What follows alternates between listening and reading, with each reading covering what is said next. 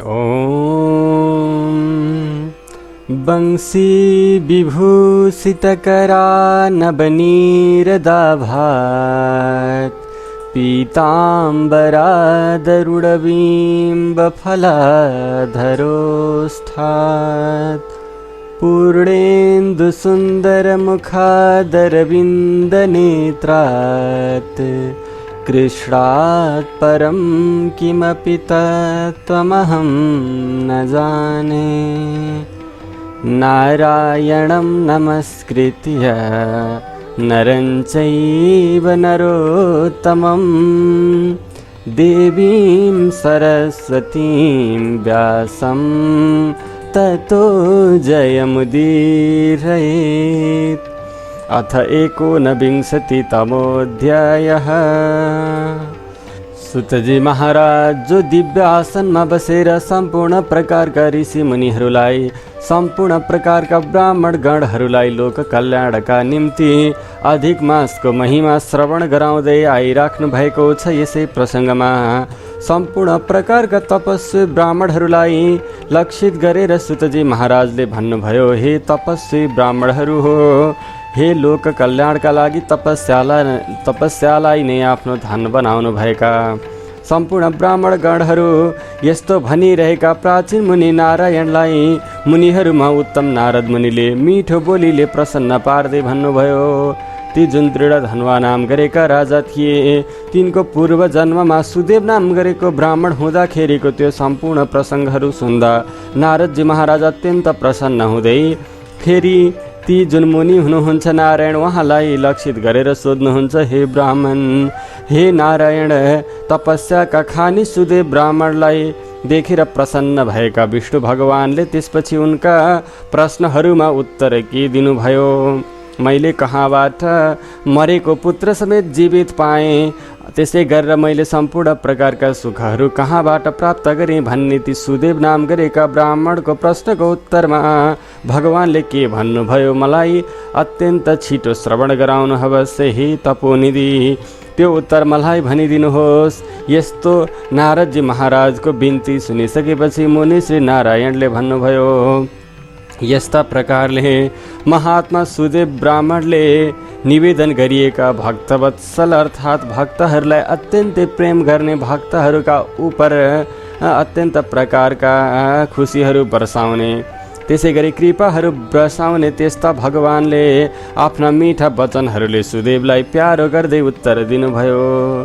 हरि भगवानले भन्नुभयो, हे द्विजराज, हे ब्राह्मण श्रेष्ठ, तिमीबाट जानेर अथवा नजानेर जो कार्य गरियो यो यस्तो कार्यहरू कोही पनि गर्ने छैन, कसैले पनि गर्न सकेको छैन। जुन कार्यले म अत्यन्त प्रसन्नतामा प्राप्त भएँ त्यो कार्य तिमीले के गर्यौ पक्कै तिमीले अहिलेसम्म जानेका छैनौ। तिमीले जुन समयमा आफ्ना पुत्रको वियोगले गर्दा रोएर बस्यौ त्यो समय मेरो अत्यन्त प्यारो पुरुषोत्तम महिना थियो। स्त्रीका साथै शोकमा डुबेका तिमीबाट भोकै प्यासै कष्टपूर्वक रही त्यो पुरुषोत्तम महिनाको व्रत हुन गयो। तिमीले व्रत गरेको हुँ भनेर त गरेनौ, तथापि कुनै पनि अन्नहरू ग्रहण गरेनौ, जलहरू पनि आहार गरेनौ। त्यस्ता प्रकारले तिमीले गरेको तपको कारणले गर्दा म प्रसन्न हुन पुगेँ। हे तपोनिधे, हे तपस्याका खानी सुदेव, यो मलमास वा अधिक मास कहिने पुरुषोत्तम महिनामा जो जन एउटै पनि उपवास गर्दछ अथवा एक दिन मात्रै पनि व्रत बस्दछ, हे द्विजोत्तम, हे ब्राह्मण श्रेष्ठ सुदेव, त्यो जन अनन्त पार पाइ नसक्नुका पापहरूलाई पनि भस्मीभूत पारेर अन्तमा देवताहरूको विमानमा चढेर वैकुण्ठ लोकमा जान्छ। तिमीले त एउटा मात्र होइन 30औं दिनसम्म यो महिनाभर अत्यन्त शोकका साथमा भोकै बसेका छौ। यो मलमास वा अधिक मासमा एउटा मात्रै व्रत गर्नेले पनि त्यत्रो पुण्य प्राप्त गर्दछ भने तिमीले महिनाभर गरेको त्यो पुण्य त पक्कै पनि धेरै हुनेछ। तिम्रो त एक महिना पुरै निराहार भएको छ नि। समय समयमा नै मेघ आइरहेको थियो, यानि मेघ लागेर घनघोर पानी बर्सिरहेको थियो। प्रतिदिन बिहान मध्याह्न त्यसै गरी साँझ 3 काल समयसम्म पानी परिरहँदा पनि तिमी सम्पूर्ण कुराहरूलाई भुलेर आफ्नो पुत्रलाई काखमा लिएर बिलौना गरेर बसिराखेका थियौ। त्यो समयमा आकाशबाट बर्सिएको जुन जल थियो त्यसले तिमीलाई रुझाइरहेको थियो। त्यसैले गर्दा बिहान दिउँसो र साँझको त्रिकाल स्नान पनि तिम्रो हुन गयो। हे तपोधन सुदेव, महिनाभरि नै तिमीले पानीमा स्नान गर्न पायौ अनि त्यति नै मात्रामा अखण्डित नटुटाइकन उपवास व्रतहरू पनि तिम्रा भए। शोकरूपी समुद्रमा डुबेकाले नजानिकन नै भए पनि तिमीद्वारा पुरुषोत्तम महिनाको सेवा हुन गयो।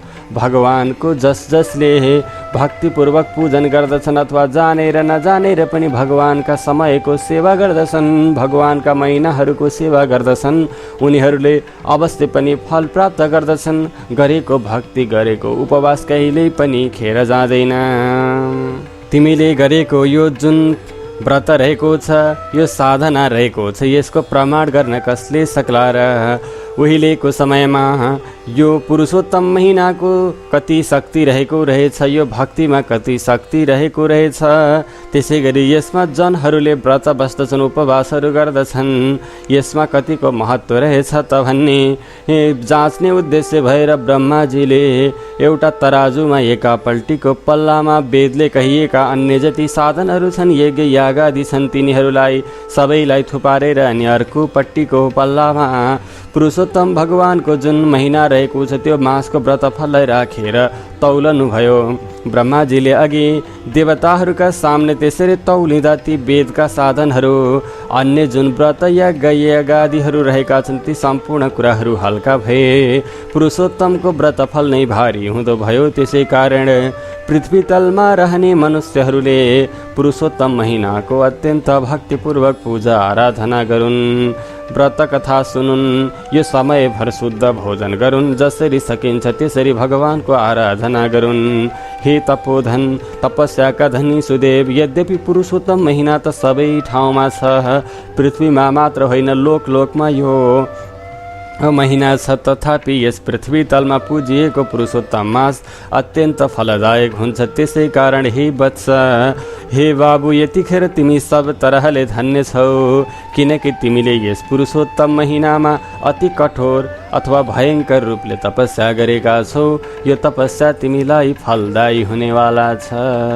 मनुष्य रूपी जुन अत्यन्त ठुलो पुण्यबाट प्राप्त हुने जन्म रहेको छ, त्यो जन्म पाएर जो जन पुरुषोत्तम महिनामा स्नान दान आदि सुकर्मले रहित रहन्छन् भने ती जन्ममा दरिद्र हुन्छन्।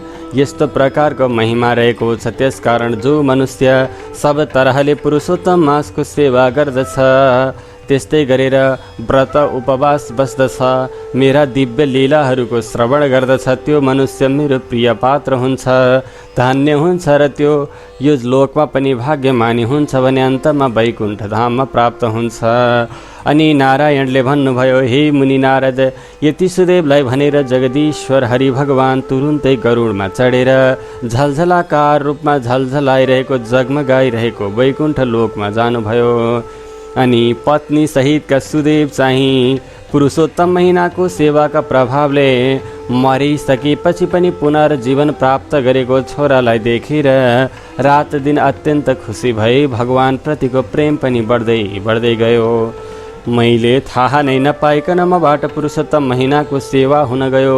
यो कस्तो दिव्य संयोग हो, यो कति खुसीको कुरा हो। त्यो सेवा नै सफल हुन गयो, जसले गर्दा मरिसकेको छोरो पनि बहुरिन सफल भयो भने हाम्रो भगवान प्रतिको भक्ति पनि पुनः अत्यन्तै बढेर भगवानको वास पनि हृदयमा हुन गयो।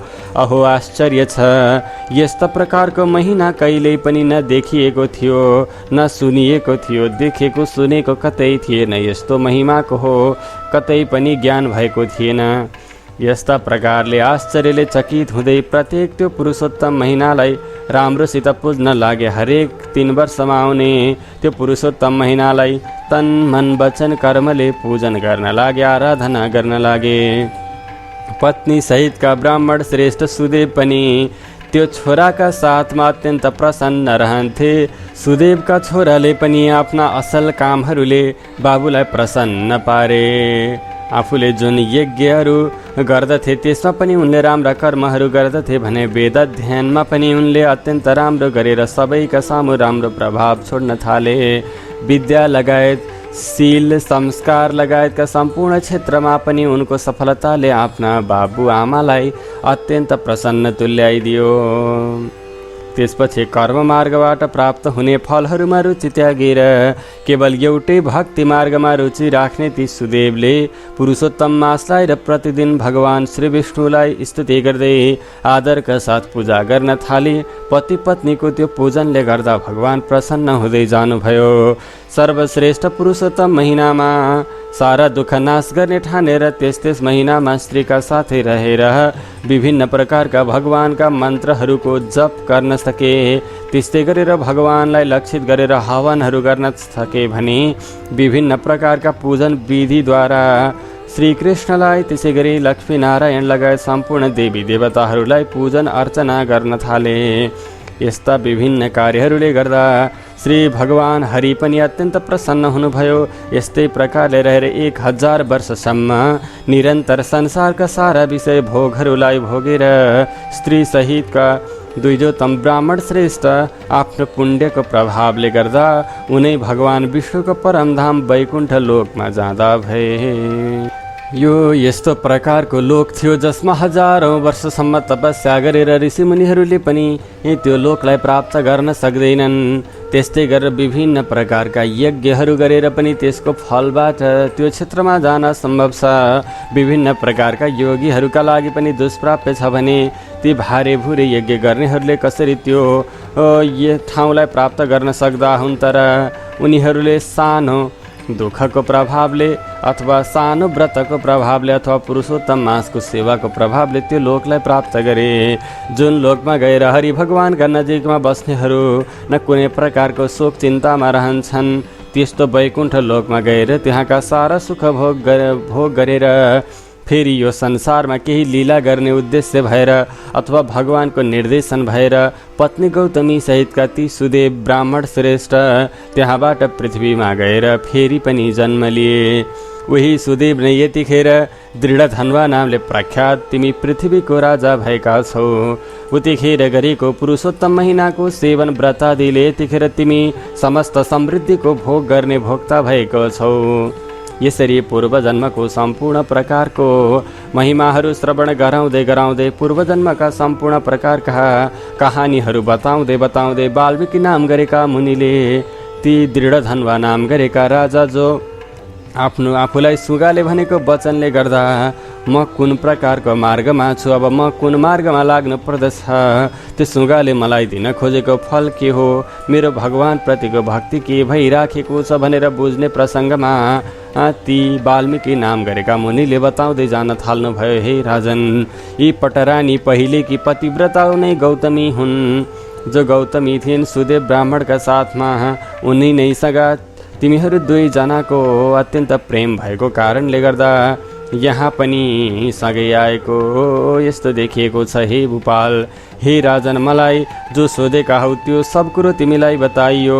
श्लोक सुनाउने सुगा चाहिँ पूर्वजन्ममा हजुरको छोरा जुन थिए तिनै सुकदेव भनेका नाउँले प्रख्यात छोरा तिनै फेरि हजुरलाई त्यो संसारमा अत्यन्त फसेको देखेर मुक्ति दिलाउनको लागि भनेर आएका हुन्, जसलाई हरिले बहुराउनु भएको थियो।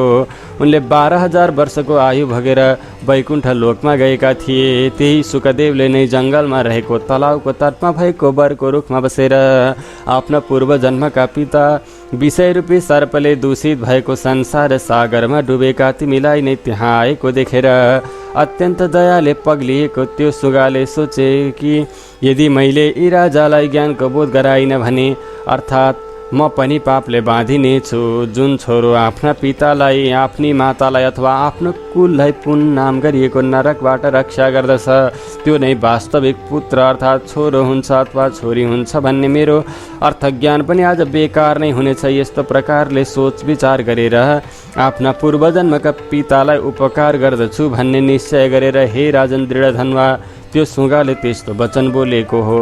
हे पाप रहित निष्पाप राजा, तिमीले जो कुरा सोध्यौ यस्ता प्रकारले यो सब वृत्तान्त मैले बताइदिएँ। अब यसपछि म सारा पाप नाश गर्ने सराई नदीमा जाँदैछु।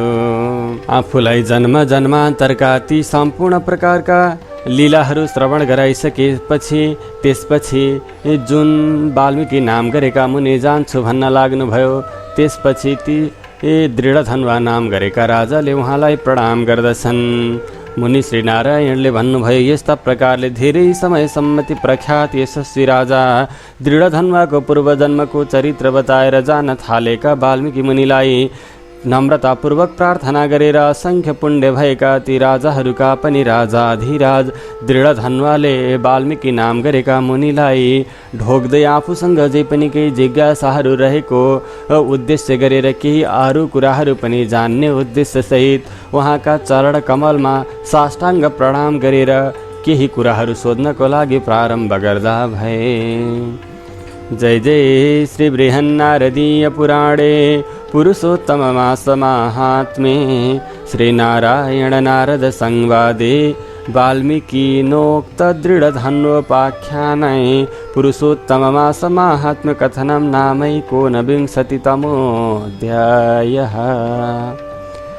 यं ब्रह्मा वरुणेन्द्ररुद्रमरुतस्तुन्वन्ति दिव्यैस्ताङ्गपदक्रमोपनिषदैर्गायन्ति यं सामगाः। ध्यानावस्थिततद्गतेन मनसा पश्यन्ति यं योगिनो यस्यान्तं न विदुस्तुरासुरगणा देवाय तस्मै नमः। नमो ब्रह्मण्यदेवाय गोब्राह्मणहिताय च जगद्धिताय कृष्णाय गोविन्दाय नमो नमः। हरिः ओं तत्सत्। श्रीकृष्णार्पणमस्तु।